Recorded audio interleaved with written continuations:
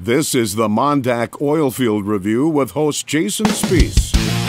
My name is Jason Spiess, and this is the MonDak OilField Review, heard in the Crude Life Media Network. On today's episode, we talk with Rusty Padgett with Shawcor. Padgett gives some advice on how to power up your 4th of July week with the barbecue. In just a moment, part of our exclusive interview with Rusty Padgett with Shawcor, right here on the MonDak OilField Review.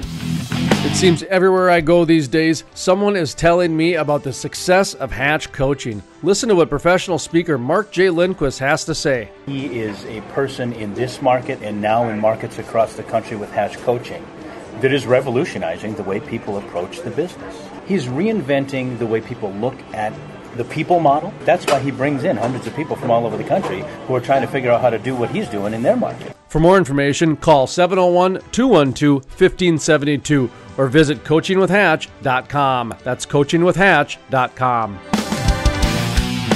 Welcome back to the MonDak OilField Review. My name is Jason Spiess. Up next, Rusty Padgett with Shawcor. My name is Rusty Padgett, and I work for Shawcor. We're cooking pork butts. Tell me about the preparation, the time, the temperature, that sort of thing. So we actually started a couple days ago. We got the meat in a brine solution to help that helps you keep the meat real moist when you're smoking it. So you brine it overnight, and then we injected it with that brine solution, and did a dry rub on it. And to help the dry rub, we actually did something a little different. Most people use a yellow mustard before they put the dry rub on to try to help keep it on there. We actually went a different route. We used honey and smeared it all over there, and then put the dry rub on that to give it a nice, really nice crust. And also the dry rub is a little spicier dry rub, so the honey brings a nice sweet kick to it. My history with cooking is a lot of people that smoke things, they tend to leave it in the smoker until the actual temperature that it's done at, which does dry out the meat. So just a word to the wise out there: just take it out when you're about 10 degrees before it's done, and wrap it up and let it sit there and finish cooking.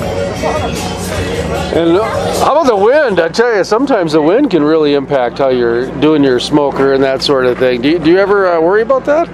So yeah, we actually had an incident yesterday. We were trying to put the dry rub on the meats, and it was literally blowing away as we were trying to put it on the meat. And then we had our smoker has a I call it a big rig exhaust on it. So the way that the exhaust was facing, the wind was actually blowing down into the smoker.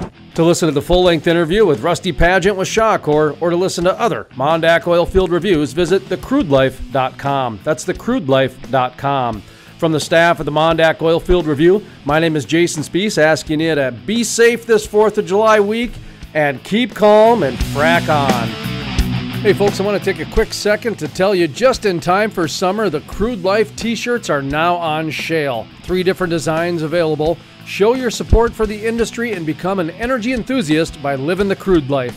Visit thecrudelife.com and click on the t-shirts now on sale. That's the Crude Life t-shirts now on sale.